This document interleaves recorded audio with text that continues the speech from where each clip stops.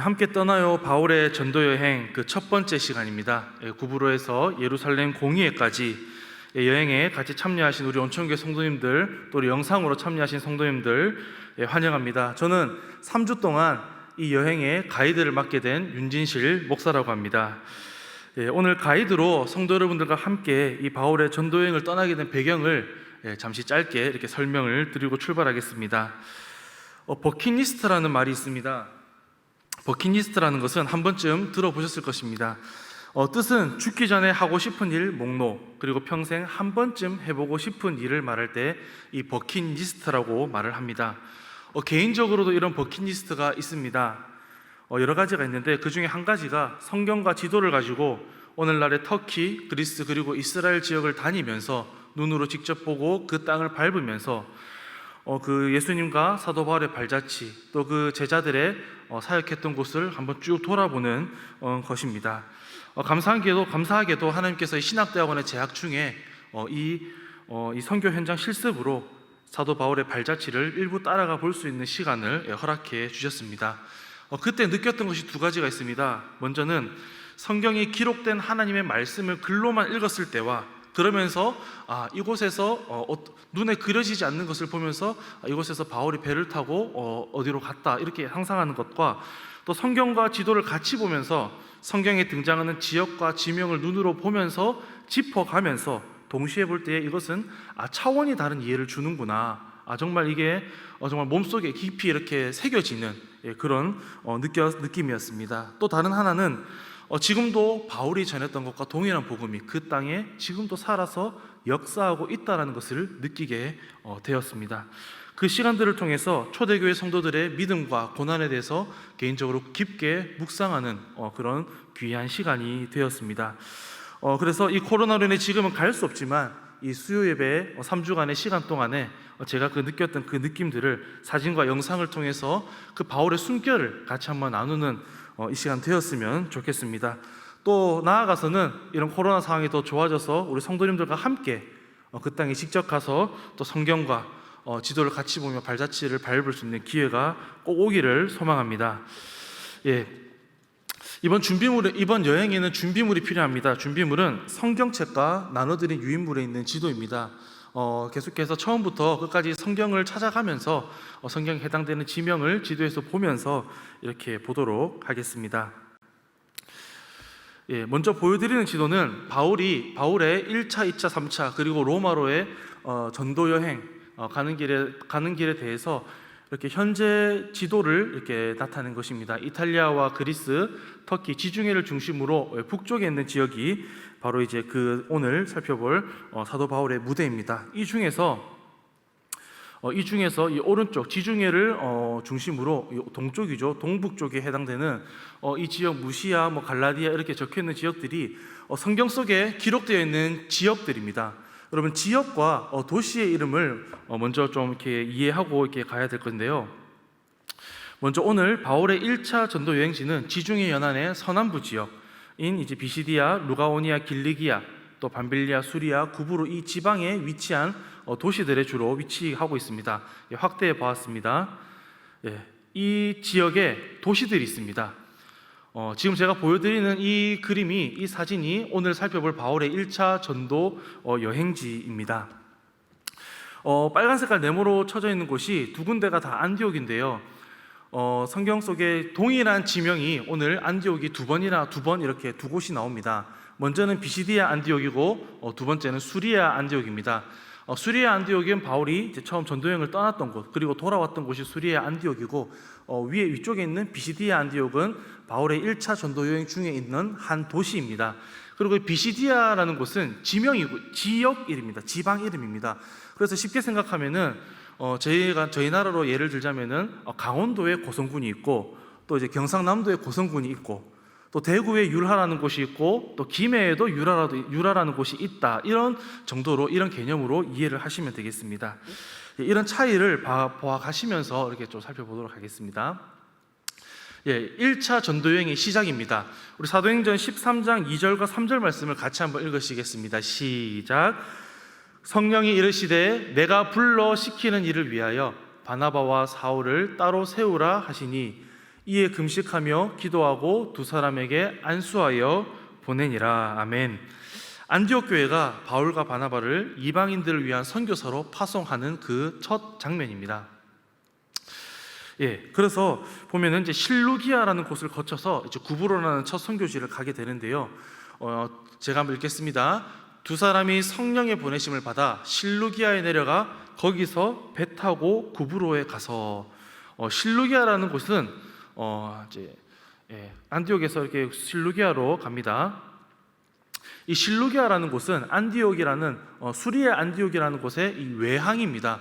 그래서 배가 다니는 항구 도시입니다. 그래서 이 성령의 보내심을 받은 바울과 바나바가 안디옥에서 실루기아로 내려가서 배를 타고 이제 구브로 섬으로 출발합니다. 그리고 이 실루기아는 1차 전도 여행을 출발하는 구브로로 출발하는 점에 배를 탔던 곳이기도 하고, 이 1차 전도 여행의 마지막에서 다시금 배를 타고 안디옥으로 돌아올 때 이용했던 그 항구가 바로 이 실루기아입니다. 바울과 바나바가 이 구브로를 첫 선교지로 삼아서 이렇게 가게 되는데요. 첫 선교지로 이 구브로를 선택한 이유에 대해서 많은 성경학자들은 이 성경 사도행전 4장 36절 말씀을 근거로 이야기를 합니다. 제가 한번 읽어보겠습니다. 구브로에서 난 레위족 사람이 있으니 이름은 요셉이라 사도들이 일컬어 바나바라. 이 바나바라고 하는데요, 이 구브로에서 난 레위족 사람 이름 바로 바나바입니다. 다시 말하면은 바나바의 고향이 바로 구브로 섬이었다는 것입니다. 그래서 이제 구브로로 가는데 이미 구브로에는 복음이 전파가 되고 있었습니다. 우리는 그 사실을 사도행전 11장 19절을 통해서 볼 수가 있는데요. 그때에 스데반의 일로 일어난 환란으로 말미암아 흩어진 자들이 베니게와 구브로와 안디옥까지 이르러 유대인에게 말씀을 전했다라고 기록합니다. 여기서 말하는 스데반의 일로 일어난 환란은 스데반의 순교를 말하는 것입니다. 그래서 바나바와 바울이 처음 전도 여행지로 구브로로 가기 전이지만 이 구브로 섬에는 이미 유대인의 회당도 있고 복음도 전해지고 있었다라는 사실입니다. 그렇게 해서 이제 구브로의 살람이라는 곳에 이르게 됩니다. 우리 이제 같이 한번 읽어보시도록 하겠습니다. 같이 읽겠습니다. 시작. 살람에 이르러 하나님의 말씀을 유대인의 여러 회당에서 전할새 요한을 수행원으로 두었더라. 아멘. 살람에 이르러서 제일 처음에 유대인의 여러 회당에서 하나님의 말씀을 전합니다. 지도를 한번 보시면요, 수리아 안디옥에서 실루기아, 외항인 실루기아로 이동해서 배를 타고 살라미로 이동합니다. 근데 이 실루기아에서 살라미까지 거리는요 한 200km 정도가 되는데, 부산에서 제주도까지 배를 타고 가는 그 항로의 길이가 한 약 290km 정도가 된다고 합니다. 그럼 어느 정도 거리를 이렇게 예상해 볼 수가 있습니다. 이 살라미 섬에 갔는데요, 이 살라미에는 야외 극장, 그리고 아고라, 집회 장소, 그리고 재판장, 그리고 시장과 공공시설이 있었던 그런 아고라와 이런 연극장들이 유적으로 자리하고 있습니다. 그런데 이 유적들이 보여주는 것은 이 구브로 섬의 살라미가 무역으로 아주 활발한 도시였다라는 것을 알려주고요. 또 다른 한 가지는 성경에 말하듯이 여러 회당이 있을 정도로 이미 많은 유대인들이 살고 있는 곳이었다라는 것입니다. 바나바와 바울이 이곳에 있는 회당을 찾아가서 복음을 전하게 되었습니다.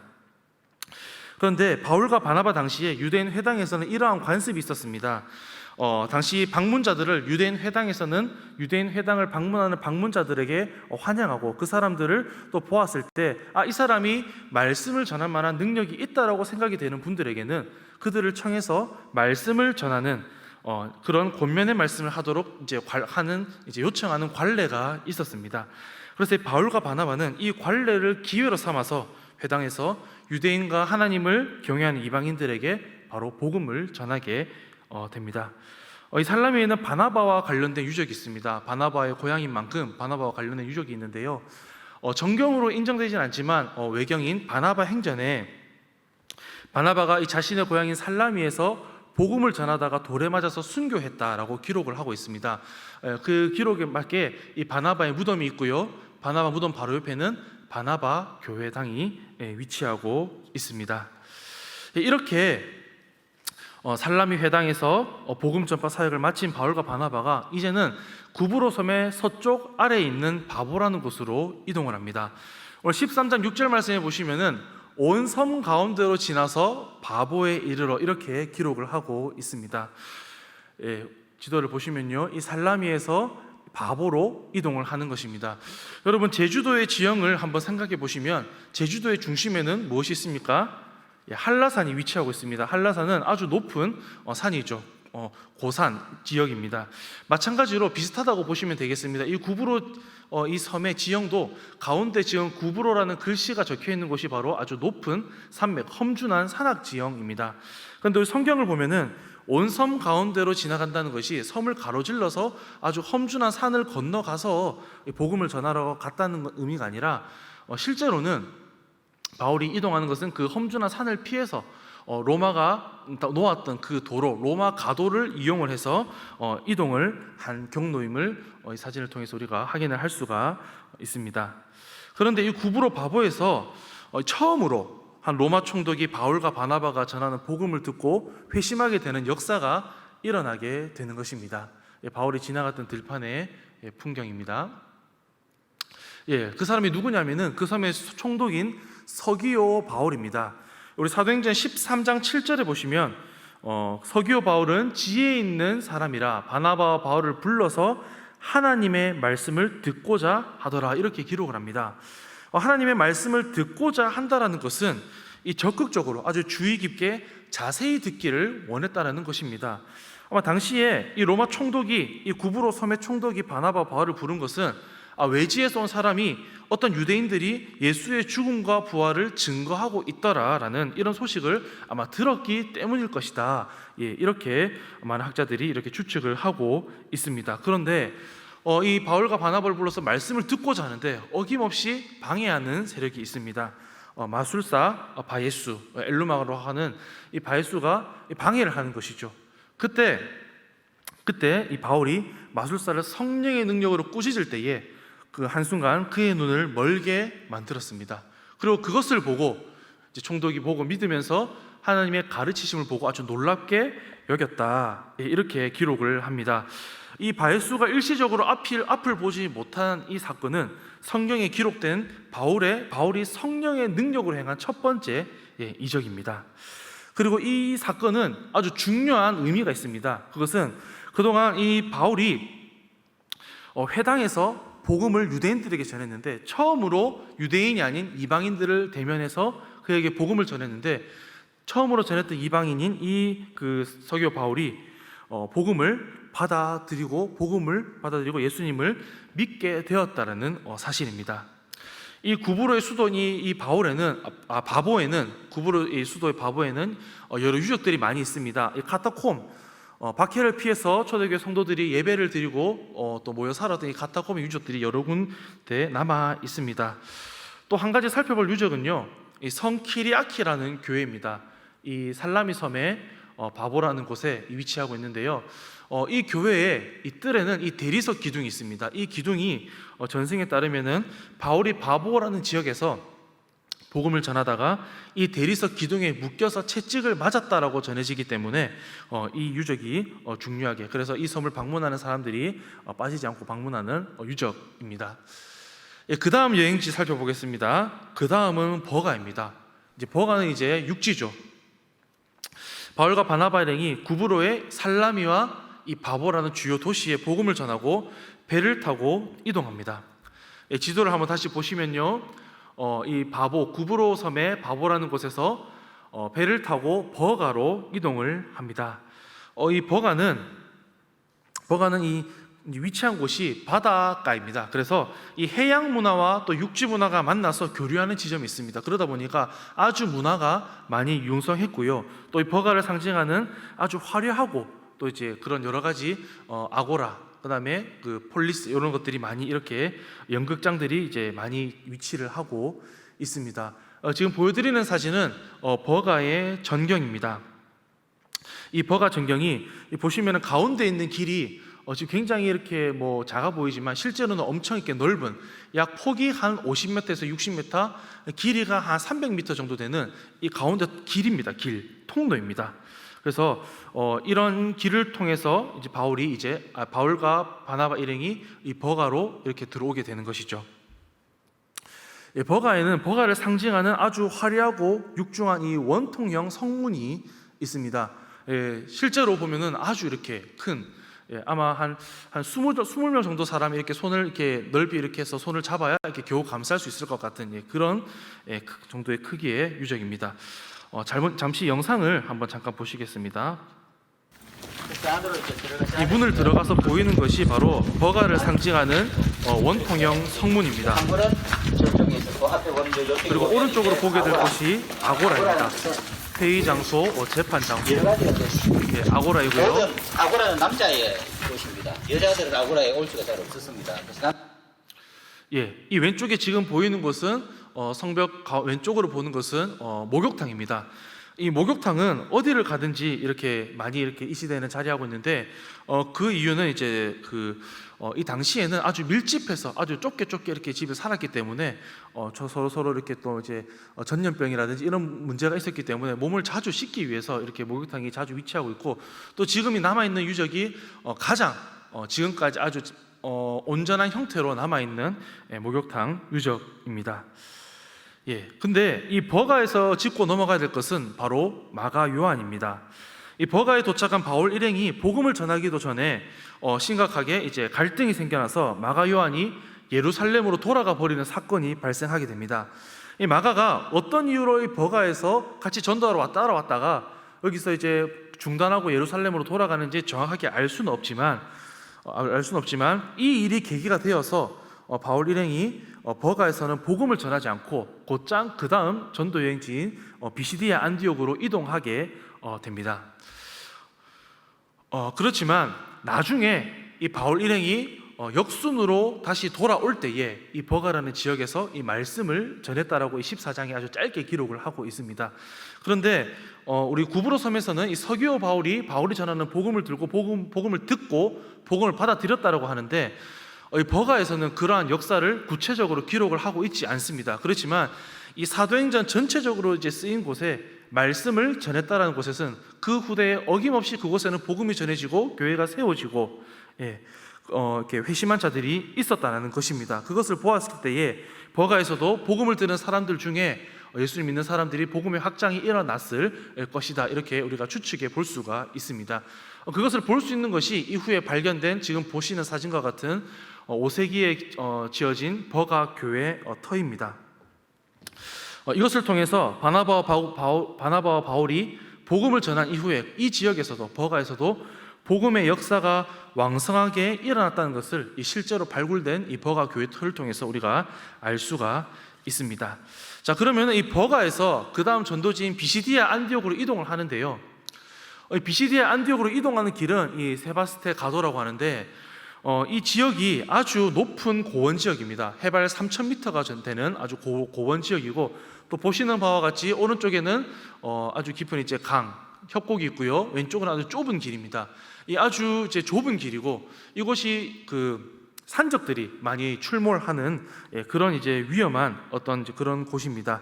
이런 경로를 이제 바울과 바나바 일행이 넘어서 비시디아 안디옥으로 가게 되는 것입니다. 우리 14절 말씀 같이 한번 읽겠습니다. 사도행전 13장 14절 말씀입니다. 시작. 그들은 버가에서 더 나아가 비시디아 안디옥에 이르러 안식일에 회당에 들어가 앉으니라. 이 비시디아 안디옥에 들어가서도 어김없이 회당에 들어가게 됩니다. 지도를 다시 보시겠습니다. 버가에서요, 이 비시디아로 이동을 하는데, 이 비시디아로 이동하는 곳이 바로 해발 3,000m 되는 이 아주 고원지대입니다. 타우루스 산맥이라고 하는 아주 험준한 산악 지형입니다. 그래서 아마 지금 버가에서 비시디아 안디옥까지 가는데 아마 건강한 사람의 걸음으로는 한 8일에서 9일 정도 걸렸을 것이다, 이렇게 얘기를 합니다. 이 비시디아 안디옥은 바울의 1차 전도 여행지 중에서 또 아주 중요한 어떤 분량을 차지하고 있습니다. 여러분, 비시디아 안디옥으로 가기 전에 버가에서 마가 요한과 어떤 트러블로 인해서 그곳에서 복음을 전하지 않고 비시디아 안디옥으로 이동을 하게 되는데요. 중요한 것은 버가 주변에 아주 큰 도시들이 많이 있었습니다. 아주 많은 도시들이 많이 있었는데, 이 큰 도시에 찾아가서 거기에서 이제 복음을 전해도 될 터인데, 굳이 험준한 타우루스 산맥을 넘어서 고원지대에 있는 비시디아 안디옥까지 이렇게 올라가서 복음을 전할 이유가 있었을까?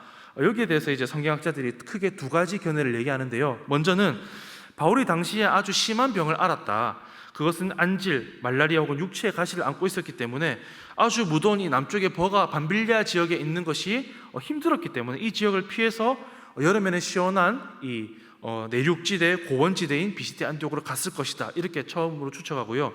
두 번째로는 이제 구브로 총독 서기오 바울로부터 자신의 고향인 이 비시디아 안디옥 지역에 복음을 전해달라는 이런 부탁을 받았기 때문이다. 이런 두 가지 견해로 이렇게 이야기를 하고 있습니다. 그런데 중요한 것은 그 두 가지와 관계없이 하나님께서 이 두 사도를 이 비시디아 안디옥 지역으로, 갈라디아 지역으로 인도하셨다는 것이 바로 중요한 포인트입니다. 지금 보시는 사진은 비시디아 안디옥 남문의 전경입니다. 이 바울 일행이 이 남문을 통하여서 비시디아 안디옥 성으로 이렇게 들어갈 것입니다. 바울과 바나바는 도착하고 첫 안식일에 이 안디옥 회당터, 지금 발굴되었습니다. 이 비시디아 안디옥 회당터에서 복음을 전했습니다. 그런데 이 복음을 전했는데 유대인들 뿐만 아니라 유대인에 입주한 경건한 사람들, 또 이방인들에게도 아주 굉장한 반응을 불러 일으켰습니다. 여기서 이제 바울이 행한 설교가 사도행전 13장 16절부터 이렇게 그 이하에 쭉 기록이 되는데요. 요거는 영상인데요. 아주 높은 고원지대에 있기 때문에 평소에 여름에도 아주 시원한 바람이 불고 또 겨울에는 아주 매서운 눈보라가 치는, 제가 방문했을 때는 겨울이었기 때문에 눈보라가 치는 장면입니다.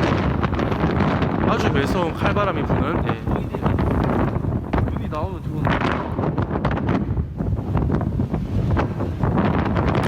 지금 보이는 곳이 비시디아 안디옥 회당터입니다. 여기서 바울이 설교를 하는데요. 그 회당 설교의 핵심은 바로 예수는 구주시다라는 것입니다. 우리 사도행전 13장 23절 말씀 같이 한번 읽으시겠습니다. 시작. 하나님이 약속하신 대로 이 사람의 후손에서 이스라엘을 위하여 구주를 세우셨으니 곧 예수라. 이 설교의 핵심은 이스라엘 역사로부터 시작합니다. 이스라엘 역사로부터 시작해서 세례 요한, 그 다음에 예수 그리스도의 십자가, 대속 죽음, 육체의 부활, 그리고 예수 그리스도를 믿음으로 죄사함을 받고 구원함을 받고 의롭게 된다, 영생을 누릴 것이다. 이런 복음의 핵심을 이 비시디아 안디옥에서 전하는 것이죠. 그런데 오늘 이 복음을 들은 사람들의 반응이 나오고 있습니다.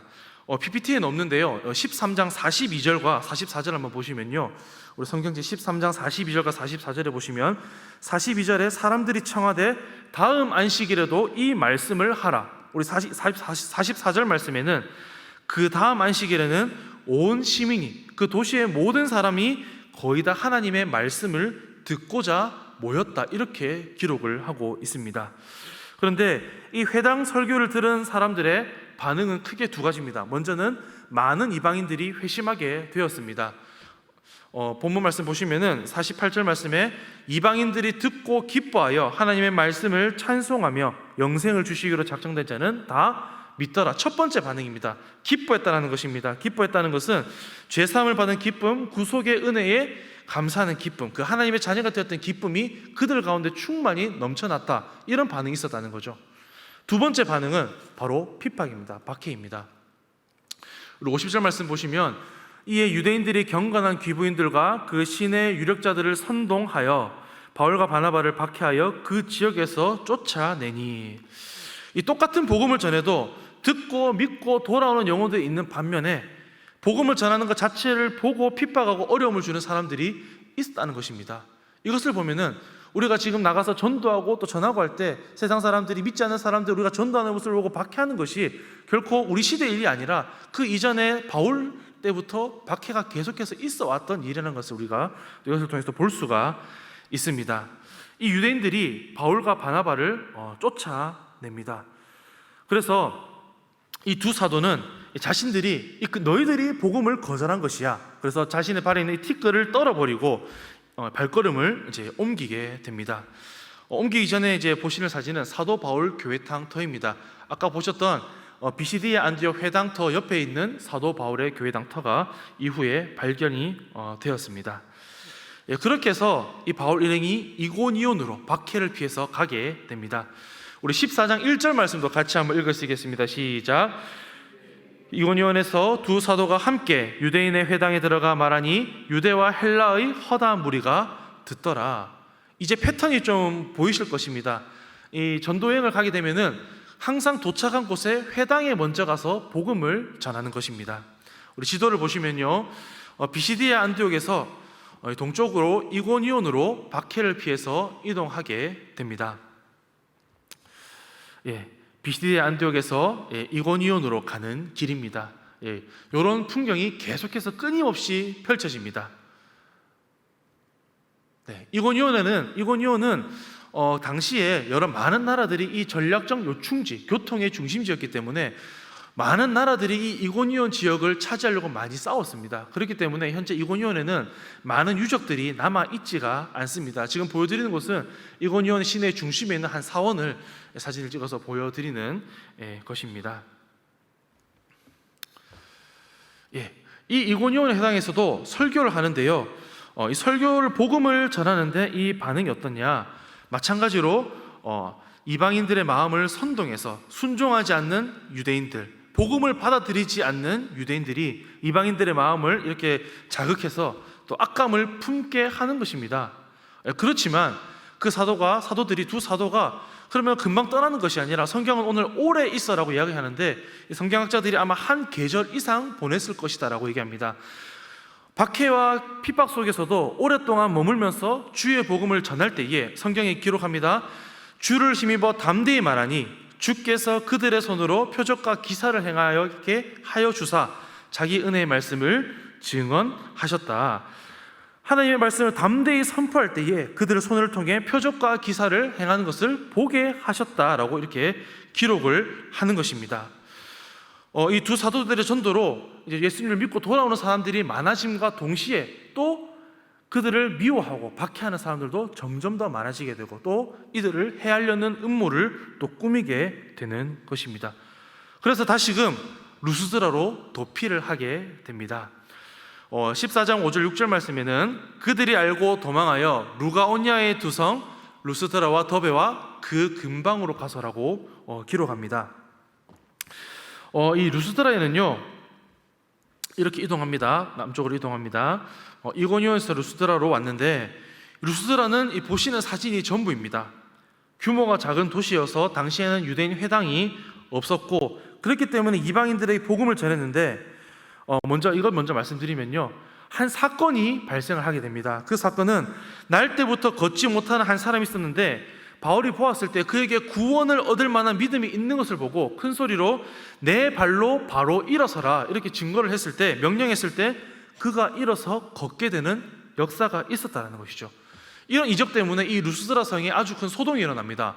바울과 바나바가 제우스 신이다, 헤르메스 신이다, 헤르메스와 제우스 신이 인간의 모습을 하고 이 땅에 내려왔다 이렇게 되는 것이죠. 그래서 사람들이 와서 바울과 바나바에게 제사를 지내려고 하는 모습을 연출하게 됩니다. 그렇지만 그 두 사도는 그들을 만류하고 또 그들에게 복음을 전하는 것입니다. 이 루스드라 보시면요, 이 언덕 하나밖에 없는데 이 언덕을 이렇게 발굴을 하지 않고 있습니다. 발굴을 하면 분명히 유적이 있을 것인데 발굴을 하지 않는 이유는 너무나 작기 때문에, 작지만 발굴하는 데는 비용이 많이 들어가는데 터키 정부에서 이렇게 발굴하는데 많은 비용을 이제 감당할 수가 없기 때문에 한마디로 이 루스드라는 발굴해서 관광 자원으로 개발할 가치가 없다라고 판단을 해서 이 그대로 이제 언덕을 이제 두고 있는 모습입니다. 제가 갔던 당시 찍었던 이 루스드라의 모습입니다. 큰 도시는 아니었습니다. 큰 도시는 아니었고 우리가 지금 이고니온을 거쳐서 왔는데 우리가 다시 여기를 따라서 다시 돌아갑니다. 여기서 이고니온은 한 하룻길 정도 됩니다. 28, 8km 정도 되어지니까 멀지 않는 곳이었죠. 여기서 다시 더베는 꽤 멉니다. 이 길을 따라서 계속 내려가면 한 5... 내려서 한번 가봤는데요, 정말 이 언덕 말고는 볼 것이 없습니다. 그런데 이 언덕밖에 없으니까 오히려 이 성경 말씀을 딱 들고 이렇게 서 있는데 어떤 마음이 드냐면은 이것을 보면서 정말 이 그 바울이 전했던 그 복음, 그리고 이제 바울이 또 이렇게 루스드라에서 돌에 맞아서 죽기까지 되는데 죽기 직전까지 가지만 그런 것들을 더 이제 묵상할 수 있는 그런 어떤 시간이 되었습니다. 이 루스드라에서 또 설교를 하는데요, 회당에서 설교를 할 때 큰 이적이 또 발생했고 또 전하는 메시지 중에 두 가지 핵심 메시지가 있었습니다. 바로 헛된 신들을 버리고 살아계신 하나님께 돌아오라는 두 가지 핵심 메시지를 전했습니다. 그런데 우리가 잊고 있던 사실 한 가지 있었습니다. 비시디아 안디옥에서도 그리고 이고니온에서도 소동을 일으켰던 바울과 바나바가 전하는 복음을 보고 그들을 박해했던 그 사람들이 결국에 루스드라까지 쫓아왔더라는 것입니다. 그래서 이들이 결국 바울을 돌로 치게 됩니다. 바울을 돌로 치게 되는데요. 그래서 그가 죽기 직전까지 가서 성문 밖에 내버린 것을 이제 바울의 제자들이 이제 데리고 이렇게 들어오는 것이죠. 자, 그런데 이 열매가 생겼습니다. 루스드라에서 그가 돌에 맞아 죽기 직전까지 갔지만 그의 그 죽기를 각오하고 전했던 그 복음이 열매를 맺었는데요. 바로 디모데입니다. 그 자리에는 바울이 돌을 맞던 그 자리에는 디모데가 그 자리에 있었던 것입니다. 이 디모데를 통해서 디모데의 외할머니 로이스, 어머니 유니게가 이렇게 복음을 영접하고 이렇게 바울의 동력자 역할을 잘 감당했다라고 이렇게 성경은 기록을 하고 있습니다. 무엇을 말하느냐? 이 복음이 전해질 때 이 복음이 열매를 맺고 재생산이 일어나서 사명을 감당하는 자로 다시금 복음을 전하는 그 일을 감당하게 된다라는 것입니다. 예, 그렇게 해서 이 더베로 이동을 하게 됩니다. 지금 바울은 돌에 맞았습니다. 그런데 그 이튿날 일어나서 이 더베까지 이렇게 이동을 합니다. 그 루스드라에서 더베까지의 거리는 약 90km 정도가 됩니다. 예, 루스드라에서 이 더베까지 이렇게 이동을 하게 되는데요. 바울이 지금 돌로 맞아서 거의 죽기 직전까지 된 그런 상황입니다. 아주 힘겨운 몸을 이끌고 90km면은 한번 생각해 보십시오. 지금 부산에서 대구까지의 거리가 약 한 90km, 100km 정도가 됩니다. 그 길을 걸어서 그 힘든 몸으로 갔다라는 것이죠. 바로 복음을 전하러 그 몸을 이끌고 갔다라는 것입니다. 아주 고통스러웠을 것입니다. 그렇지만 이 더베에서도 복음을 전할 때에 많은 사람을 제자로 삼는 역사가 일어났다는 것을 우리 14장 21절 말씀은 우리에게 보여주고 있습니다. 그는 여전히 비시디아 안디옥에서 이고니온에서 루스드라에서 전했던 것과 동일한 말씀을 이 더베에서 전했을 것입니다. 이 더베가 오늘 전도여행 바울의 1차 전도여행의 마지막 장소입니다. 예, 더베의 전경이고요. 예, 이제는 역순으로 돌아갑니다. 루스드라, 이고니온, 비시디아 안디옥, 버가 그리고 아탈리아를 통해서 이렇게 돌아오게 되는데요. 한 가지 생각해 볼 것은 우리 지도를 보시면 바울이 어디서 출발했습니까? 오른쪽에 있는 수리아 안디옥에서 출발을 했습니다. 그런데 수리아 안디옥과 지금 바울이 자리하고 있는 곳은 바로 더베입니다. 아주 가까운 거리인데 이렇게 바로 질러가면은 금방 돌아갈 수 있는 거리인데도 불구하고 그가 왜 굳이 이렇게 먼 길 다시 돌아간다면은 자신에게 돌을 던졌던 유대인들로부터 박해를 받고 또는 목숨의 위협을 받을 수도 있는 그 길을 다시금 거쳐서 돌아가는 것은 바로 그가 돌아오며 세웠던 그가 복음을 전했던 그 교회를 돌아보기 위함이었습니다. 돌아보고 다시금 교회를 든든히 세우기 위한 목적으로 그렇게 가지 않고 그는 다시 이 역순으로 이렇게 돌아가게 되는 것이죠. 예, 이 길은 역순으로 돌아가면서 이 비시디아 안디옥에서 아탈리아로 가게 되면 만나게 되는 아주 큰 둘레가 150km나 되는, 그래서 이 호수를 보고 한 1시간 반, 2시간가량 이 호수를 보고 이렇게 이동을 하게 되는데, 예, 이 호수를 이렇게 보면서 아마 바울과 바나바도 이 아탈리아로 돌아갔을 거라 생각이 되어집니다. 예, 마지막으로 배를 타는 항구인 아탈리아입니다. 오늘 지금 이제 이 14장 22절 보시면 우리 한번 같이 읽겠습니다. 시작. 말씀을 버가에서 전하고 아탈리아로 내려가서 거기서 배 타고 안디옥에 이르니. 저희는 아까 그 버가에서 마가 요한과 트러블 때문에 복음을 전하지 않고 바로 비시디아 안디옥으로 올라갔던 걸 기억합니다. 그런데 이 역순으로 돌아오는 이 경로상에서 말씀을 버가에서 전했다라고 기록을 하고요. 그리고 아탈리아에서 배를 타고 이제 안디옥으로 가는 것입니다. 예, 아탈리아 항구, 이제 안탈리아라고 하는데요. 터키의 대표적인 휴양 도시입니다. 지금 보시는 사진이 아탈리아의 항구 사진입니다. 이렇게 바울 일행이 전도여행을 마치고 돌아오게 됩니다. 우리 14절, 27절과 28절 우리 말씀 같이 한번 읽으시겠습니다. 시작. 그들이 이르러 교회를 모아 하나님이 함께 행하신 모든 일과 이방인들에게 믿음의 문을 여신 것을 보고하고 제자들과 함께 오래 있으니라. 아멘. 이 안디옥에 돌아온 두 사도는 교회에 하나님께서 그들 가운데 어떻게 역사하셨는지, 이 1차 전도 여행 가운데 하나님께서 이루신 일들, 그리고 그 일들로 통해서 우리가 복음을 전하는 일들을 통해서 이방인들을 향해서 믿음의 문, 그들이 복음을 영접하게 된 그 역사들을 같이 나누었다라는 것이죠. 그들은 가는 곳마다 이제 예수님을 증거할 때에 많은 사람들이 믿는 구원의 역사가 일어났음을 이렇게 어려움 속에서도 구원하신 하나님을 증거했다라는 것입니다. 또 이렇게 한 가지 더 살펴볼 것은요, 예루살렘 공의회입니다. 예루살렘 공의회, 바울이 이렇게 안디옥에 돌아와서 머무는 동안에 이 바울과 바나바가 세웠던 이 갈라디아 교회에 이 거짓 복음, 다른 복음을 전하기 시작했던 일이 생긴 것입니다. 어떤 사람들이 유대로부터 와서 이제 말하는데, 할례를 받지 않으면은 구원을 받지 못한다라는 이 사실을 자꾸 이렇게 전파하는 것입니다. 가르치는 것입니다.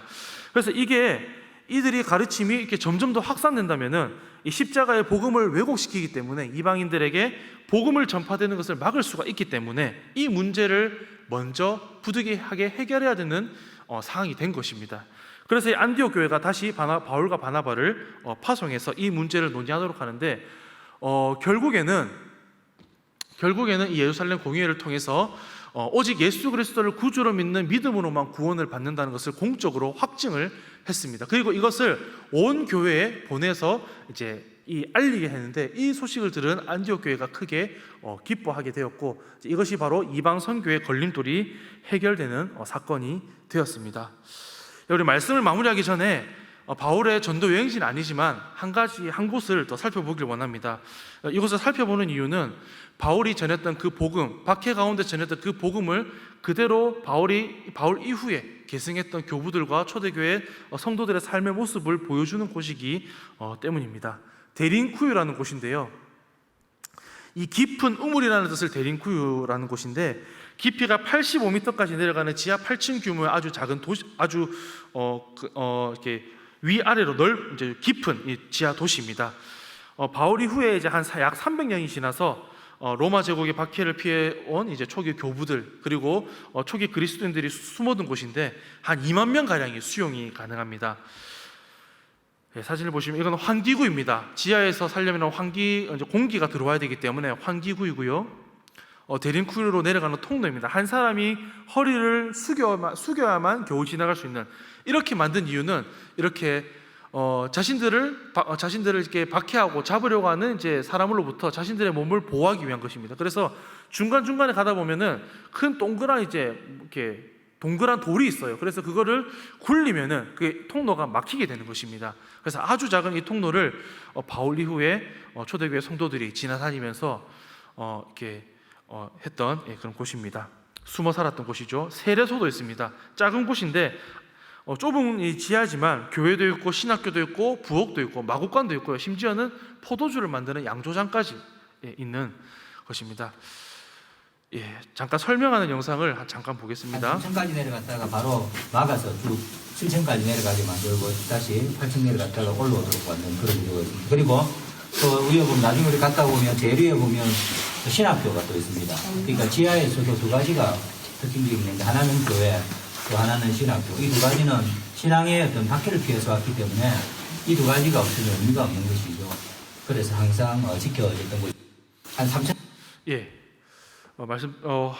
신학교하고 교회가 항상 지하 도시의 가장 중요한, 가장 지하에 이렇게 위치를 하고 있습니다. 그 콘스탄티누스 1세기의 모든 기독교인들은 종교의 자유가 있다, 신앙의 자유가 있다라는 이 밀라노 칙령이 선포되고 난 이후에 한참 이후에도 여기에 이제 숨어 살던 그리스도인들은 이 소식을 듣지 못해서 아주 오랫동안 더 이렇게 남아서 이렇게 머물렀다고 합니다. 그런데 이 데린쿠유가 이게 생기게 된 이유를 믿음장이죠, 히브리서 11장에 잘 설명을 하고 있습니다. 우리 히브리서 11장 37절 38절 말씀을 함께 읽으시겠습니다. 시작. 돌로 치는 것과 톱으로 켜는 것과 시험과 칼로 죽임을 당하고 양과 염소의 가죽을 입고 유리하여 궁핍과 환난과 학대를 받았으니 이런 사람은 세상이 감당하지 못하느니라. 그들이 광야와 산과 동굴과 토굴에 유리하였느니라. 아멘. 이런 환난과 학대 중에서도 이들이 믿음을 지키기 위해서 바울의 그 신앙을 계승받아서 그 믿음을 지키기 위해서 이 초대교회 성도와 교부들이 이 데린쿠유 지하 도시로 모여들었다라는 사실입니다. 그들은 지하 8층에 가장 아래 공간에서, 아까 설명하듯이 가장 아래 공간에 있는 이 교회에서 그들의 신앙의 선배들의 신앙을 생각하면서 결단하고 다짐하면서 그 십자가형 교회에서 다 함께 이렇게 찬양을 이렇게 불렀을 것입니다. 환란과 비박 중에도 성도는 신앙 지켰네. 이 신앙 생각할 때에 기쁨이 충만하도다. 성도의 신앙 따라서 죽도록 충성하겠네.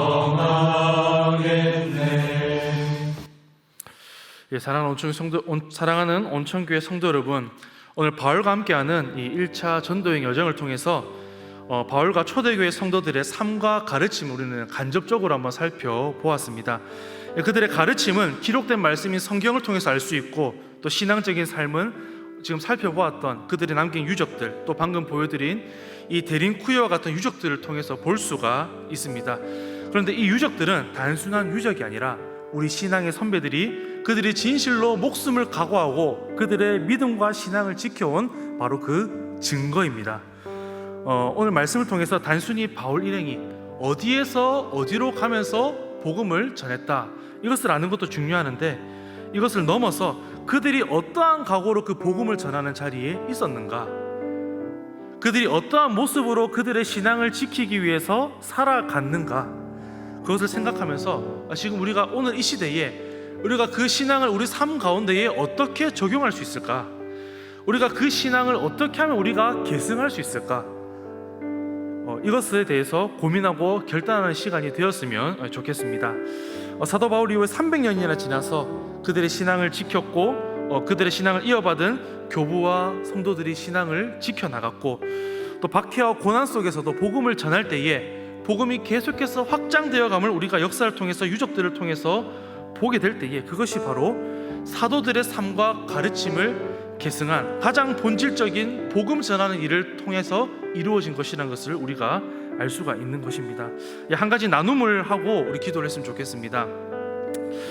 지난주 수요일 날 한성교회 전도팀이 내려와서 같이 전도했던 노하우들, 또 여러 가지 이제 네일 아트 전도라든지 여러 가지를 나누는 어떤 전도 특강하는 시간을 가졌습니다.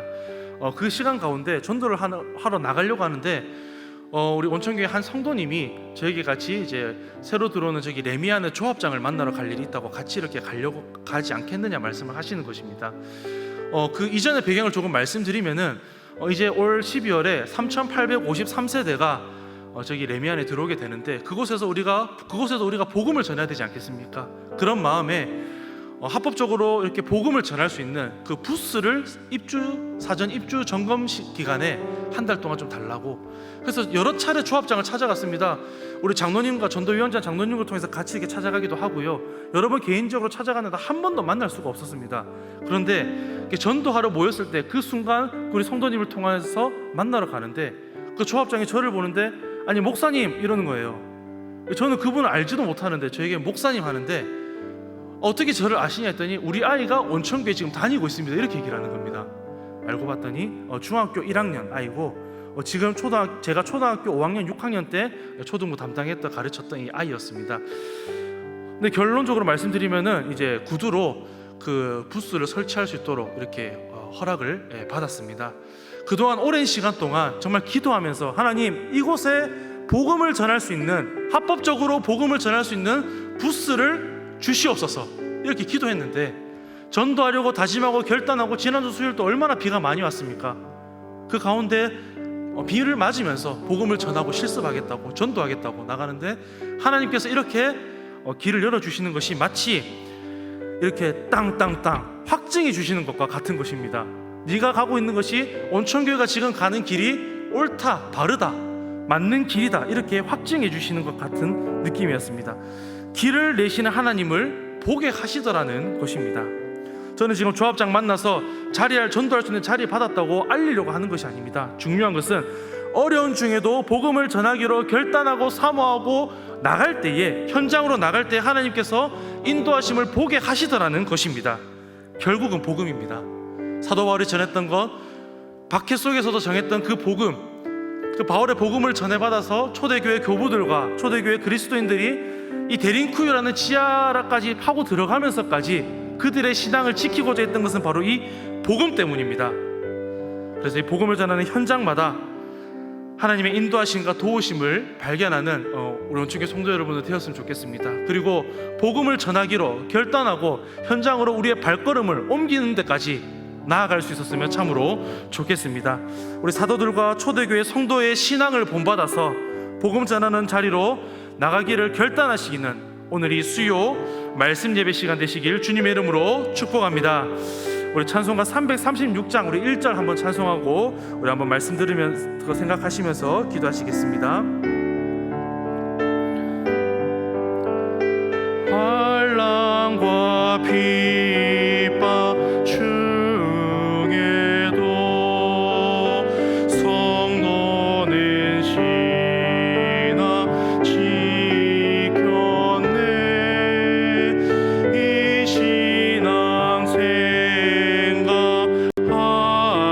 때에 기쁨이 충만하도다. 성도의 신앙 따라서 죽도록 충성하겠네.